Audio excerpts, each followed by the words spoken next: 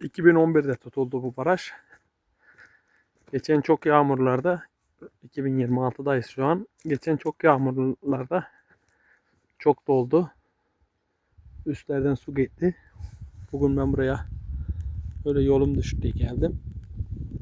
Şu an tam doluluğa ulaşmış seviyede. Bu baraj Dalaman Çayı üzerindeki en büyük baraj. Aşağıya doğru küçükleri de var. Ama hiçbiri bu kadar değil. Derinliği de 100 metrenin üstünde herhalde.